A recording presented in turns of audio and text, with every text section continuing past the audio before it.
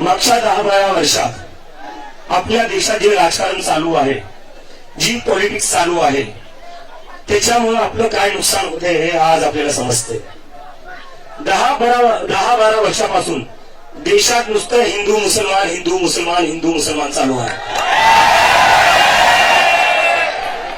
याच्यानी हे करता काय, याच्यानी हे आपल्याला कुठे ना कुठं मॅनिप्युलेट करतायत.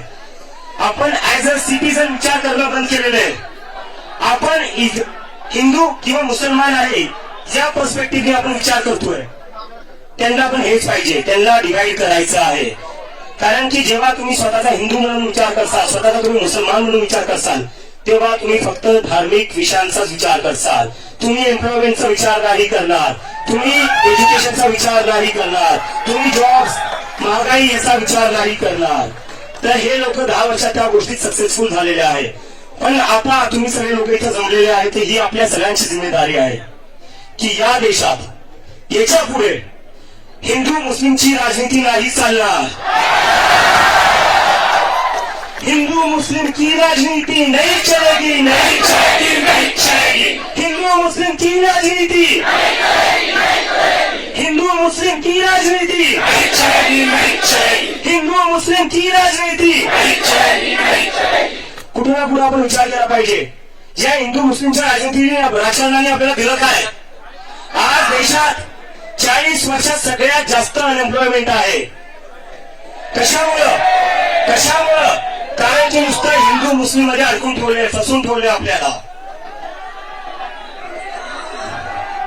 काय चालू आपल्या देशात, हिंदू मुस्लिम चालू आहे, त्याच्यात आपल्याला भेटतं काय असतं, खड्डे भेटत आहेत.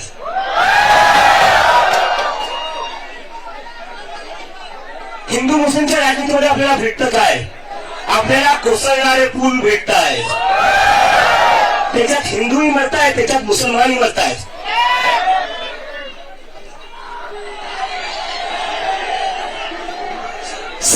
सगळं जग एआय मध्ये पुढे चाललंय, सेमी कंडक्टर मध्ये पुढे चाललंय, क्लीन एनर्जी मध्ये पुढे चाललंय.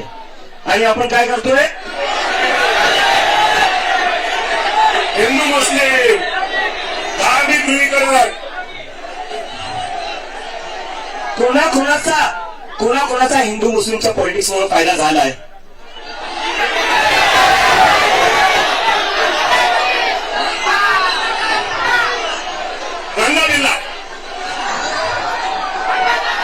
तर फक्त आता इथं घोषणा देऊन चालणार नाही, मला तुमच्या सगळ्यांकडून कमिटमेंट पाहिजे. यानंतर कोणीही हिंदू मुस्लिमच्या पॉलिटिक्स मध्ये अजिबात एंगेज करणार नाही. भले ते ब्रिटिश असो,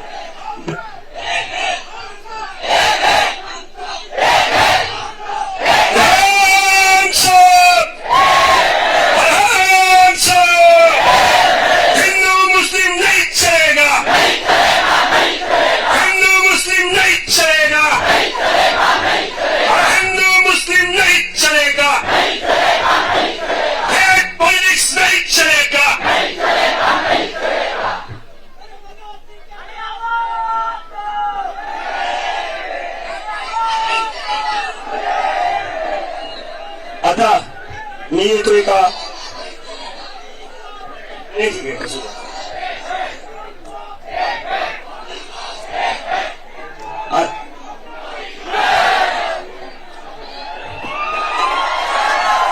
जंतर मंतरला आम्ही जेव्हा प्रदर्शन केले तेव्हा आम्ही सांगितलं होतं, धर्मेंद्र प्रधानजी रिक्वेस्ट करतोय, विनंती करतोय, राजीनामा द्या.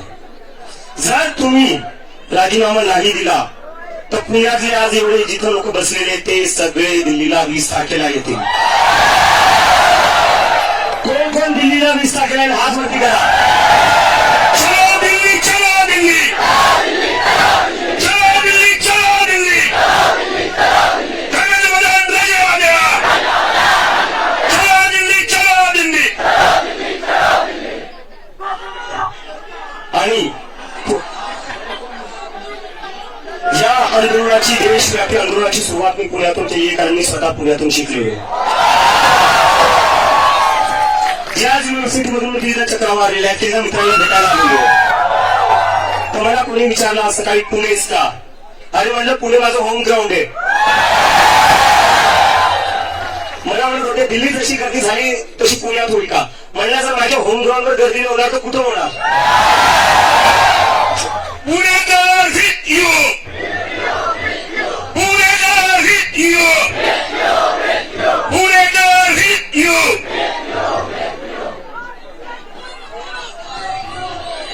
आता पुण्यातून मी जाणार आहे लखनौला, तिथून मी जाणार आहे लखनौ नंतर अमृतसरला, जयपूर, बँगलोर, जिथं जिथं गरज पडेल मी तिथं जाईल. आणि या देशातला सगळा युवा, सगळे स्टुडंट्स 20 तारखेला दिल्लीला येतील आणि धर्मेंद्र प्रधानचं रेजिग्नेशन घेतल्याशिवाय वापस जाणार आहे. 20 जूनला आपल्याला दिल्लीला यायचं आहे. आणि मी तुमच्यावर काउंट करतोय. मी अमेरिकेतून एकाच भरोश्यावर आले की तुम्ही सगळे लोक सोबत उभा असाल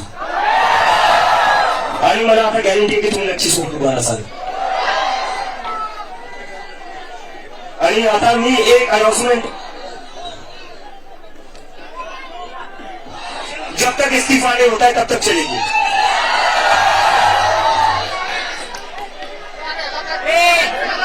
एक मिनिट इथं अल्टीमेटम दे दिया है, सैटरडे तक रिजाइन करिए. सैटरडे को रिजाइन नहीं करते तो 20 जून को हम सब दिल्ली आ रहे हैं.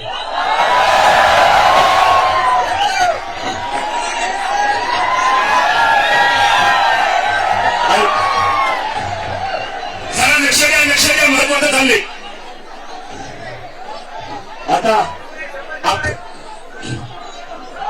आता मी थोडं मुख्यमंत्री जे आपल्याला बोलले अराजक तत्व आहे.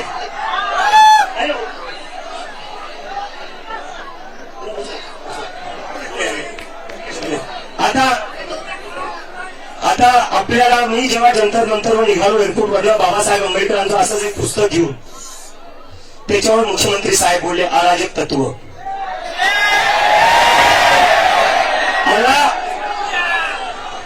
मला मुख्यमंत्री साहेबांना विचारायचं आहे, जे डॉक्टर बाबासाहेब आंबेडकरांना फॉलो करतात ते अराजक आहे का? जे भीमच्या घोषणा देतात ते अराजक आहे का? आणि त्यात मुख्यमंत्री साहेब हे पण बोलले की यांनी नुसतं संविधानाचं पुस्तक पकडले, यांना संविधान माहिती नाही. त्याच्यावर मला मुख्यमंत्री साहेबांना विचारायचं आहे, संविधानात कुठं लिहिलं होतं सकाळी 5 वाजता विदाउट मेजॉरिटी करू शकता?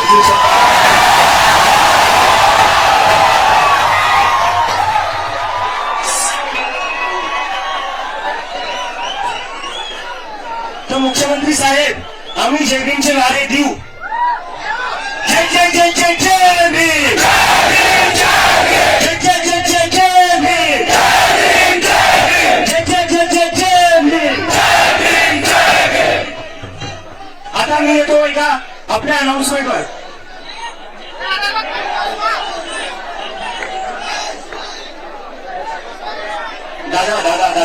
दादा प्लीज. आता मी येतो आपल्या महत्वाच्या अनाउन्समेंटवर. काल मी बऱ्याचशा स्टुडंट्सला भेटलो, एपीएससीच्या स्टुडंट्सला भेटलो, त्यांच्याही खूप तक्रारी आहे या सरकारपासून. त्याच्यावर आम्ही एक 5 पॉइंट अजेंडा, 5 डिमांड ज्या आमचा एक्झाम मॅनिफेस्टो असणार आहे, त्याच्यात आता मी तुम्हाला वाचून दाखवतो त्या डिमांड काय असणार आहे. पेपर लीक जेव्हा जेव्हा होईल तेव्हा प्रत्येक स्टुडंटला 10,000 देण्यात यावे. जर एखादी परीक्षा ऐनवेळी कॅन्सल झाली, लीक झाली किंवा पुढे ढकलली गेली तर विद्यार्थ्यांचा ट्रेन, बस, राहण्याचा खर्च आणि मानसिक त्रासाची भरपाई म्हणून सरकारने प्रत्येक विद्यार्थ्याला ताबडतोब 10,000 दिले पाहिजे. परीक्षा रिझल्ट जर एका महिन्यापेक्षा जास्त उशिरा लागला तर प्रत्येक विद्यार्थ्याला रिझल्टला जितके महिने उशीर होईल तितके महिने प्रति महिने 10,000 द्यावं लागतील. तुमचा इलेक्शनचा रिझल्ट एका महिन्यात तुम्ही लावता, तुमचा इलेक्शनचा रिझल्ट तुम्ही एका महिन्यात लावता. इलेक्शनसाठी तुम्ही स्पेशल ट्रेन काढतात. मग या स्टुडंटसाठी तुम्ही स्पेशल ट्रेन काय करत भरतीच्या वेळेस काय नाही करत. आणि दुसरी आता आमची मागणी, दुसरा आमचा मुद्दा, दुसरा आमचा अजेंडा, 72 तासाच्या आत बॅकअप डे री एक्झामचं तुम्ही आयोजन केलं पाहिजे. प्रत्येक मोठ्या परीक्षेसाठी आधीपासूनच एक बॅकअप डे ठरला असला पाहिजे. म्हणजे जर परीक्षा कॅन्सल झाली तर पुढच्या 72 तासाच्या आत ती पुन्हा घेता येईल. विद्यार्थ्यांना आठवडे आणि महिने पुन्हा तोच मानसिक ताण सहन करायला लावू नका. तिसरा आमचा मुद्दा हे जे OSM चालू आहे, ऑनलाईन चेकिंग. स्टुडंट्स आपल्या हाताने पेपर लिहित आहेत, चेक कसे होत आहेत, स्कॅन करून, फोटो काढून. कसं काय होणार इथे? तर जर पेपर स्टुडंट्स हाताने लिहित आहेत तर ते पण तुम्हाला फिजिकली चेक करावं लागतील. हे ऑनलाईन चेक करायचं, चेक करून चालणार नाही. याच्यावर जी धांदली झाली, जे CBSE मध्ये धांदली झाली ती थांबली पाहिजे. आणि आता अजून एक मुद्दा आमचा, लेट होणाऱ्या परीक्षांसाठी वय मर्यादेत सवलत. जर तुम्ही परीक्षा लेट घेताय, तुमच्या परीक्षांचे निकाल लवकर नाही लागत आहे, त्याच्यासाठी कोणत्याही स्टुडंटचा एज लिमिट म्हणून त्याच्या ऑपॉर्च्युनिटीज गेल्या नाही पाहिजे. हे तुमचं फेलियर आहे, स्टुडंटचं नाही. हे सरकारचं फेलियर आहे. सरकारच्या फेलियर म्हणून कोणत्याही स्टुडंटचे अटेम्प्ट कमी झाले नाही पाहिजे. आणि दुसरी आता आमची शेवटची एक जी मागणी आहे, परीक्षेच्या 7 दिवसाआधी कम्प्युटर टेस्टचं ऑडिट झालं पाहिजे. कोणाला तुम्ही टेंडर देताय एका इंडिपेंडेंट बॉडीने ऑडिट केलं पाहिजे. हे नाही की मंत्र्या संत्र्यांच्या मित्रांना किंवा नातेवाईकांना तुम्ही टेंडर देऊन टाकता. हे चालणार नाही. तर ह्या आमच्या 5 मोठ्या डिमांड आहे. आणि आता माझा एक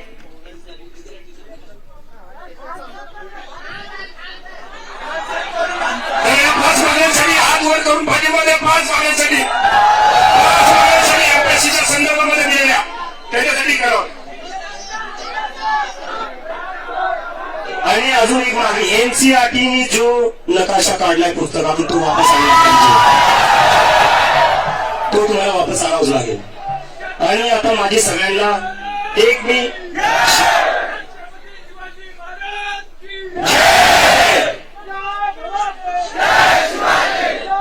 आता मी हे बोलतो की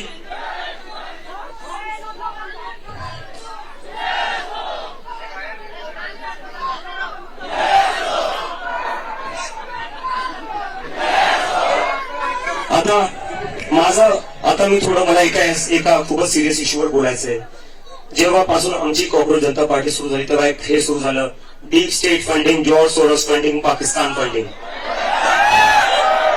ठीक आहे मानून घेतो एखाद्या वेळेस जे तुम्ही खोटं बोलताय. त्या वेदांचं काय जो 17 वर्षाचा CBSEचा बोर्ड आहे त्यालाही तुम्ही पाकिस्तानी बोललेले आहेत. तुम्हाला लाज वाटते? तुम्ही तुमच्या देशाच्या स्टुडंट्सला पाकिस्तानी बोलतायत. तुम्ही मला पाकिस्तानी बोलताय, तुम्ही CBSEच्या स्टुडंट्सला पाकिस्तानी बोलताय. जे पत्रकार तुम्हाला प्रश्न विचारतात तुम्ही त्यांना पाकिस्तानी बोलता. जो विरोधी पक्ष अपोजिशन लढतोय तुम्ही त्याला पाकिस्तानी बोलता. ते इंडियन आहे कोण? भाजपचा आहे की सर?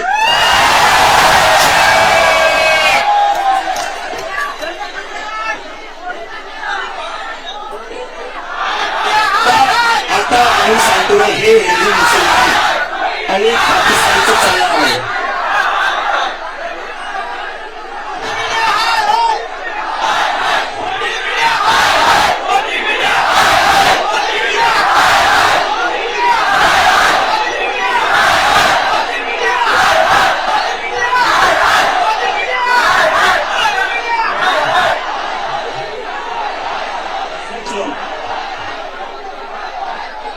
वांगचूक सरांना पण जेव्हा यांनी महिने जेलमध्ये टाकलं होतं, का म्हणून टाकलं होतं? अँटी नॅशनल पाकिस्तान म्हणून जेलमध्ये टाकलं. मी एक म्हणतो मग ठीक आहे, मला जेलमध्ये टाकलं. इथं जेवढे मुलं मुली बसले सगळ्यांना जेलमध्ये टाका, पण धर्मेंद्र प्रधानचा राजीनामा घ्या. आम्ही सगळे जेलमध्ये जायला तयार आहे, पण धर्मेंद्र प्रधानचा राजीनामा घ्या.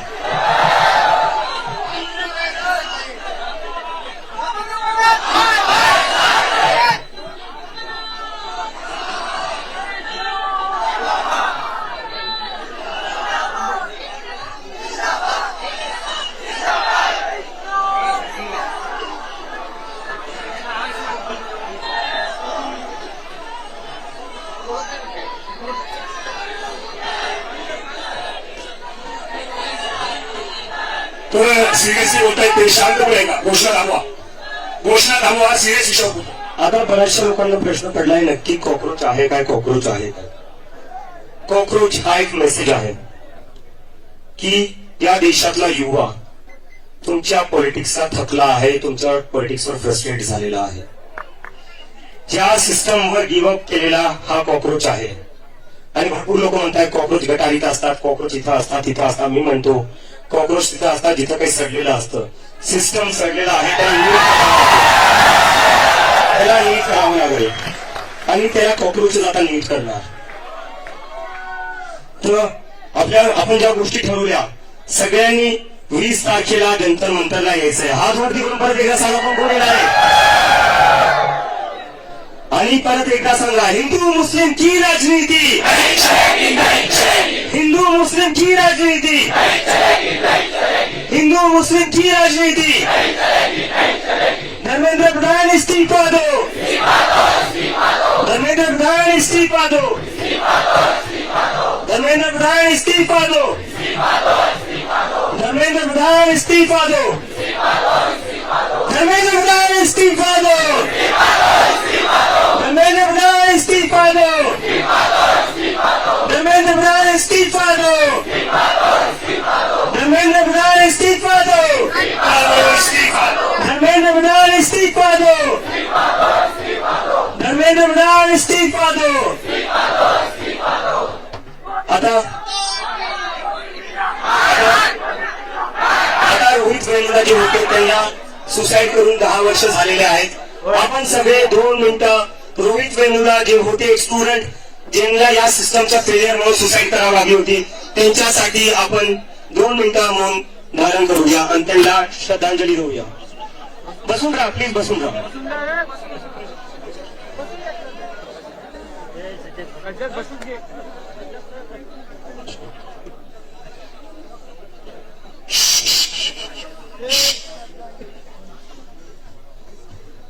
आपण सर्वजण श्रद्धांजलीसाठी शांततेत आहोत.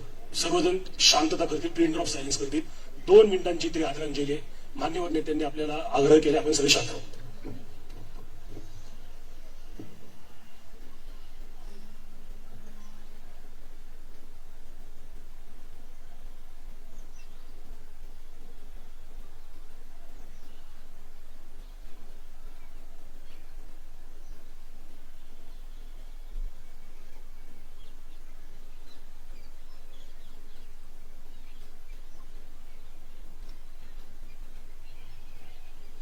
रोहित वेमुला अमर रहे, रोहित वेमुला अमर रहे, रोहित वेमुला अमर रहे, रोहित वेमुला अमर रहे, रोहित वेमुला अमर रहे, रोहित वेमुला अमर रहे. तर मित्रांनो, आज आपण हे आंदोलन इथंच संपवूया शांतीपूर्ण प्रकारे. आणि राष्ट्रगीत आपल्याला करायचंय, सगळ्यांनी उठून एकदा उभा राहावा. आपण राष्ट्रगीत करून आपलं हे आंदोलन संपवूया. अजून स्टुडंट्स आत्महत्या करताय. मी तरी आज इथे उभा आहे, तुम्ही सगळे इथं बसलेले आहेत, पण त्या आई वडिलांचं काय ज्यांच्या लेकरांनी आत्महत्या केलेली आहे. तुम्हाला आणि मला बरेचसे लोक म्हणतात की जेनझी आंदोलन करतोय, जेनझी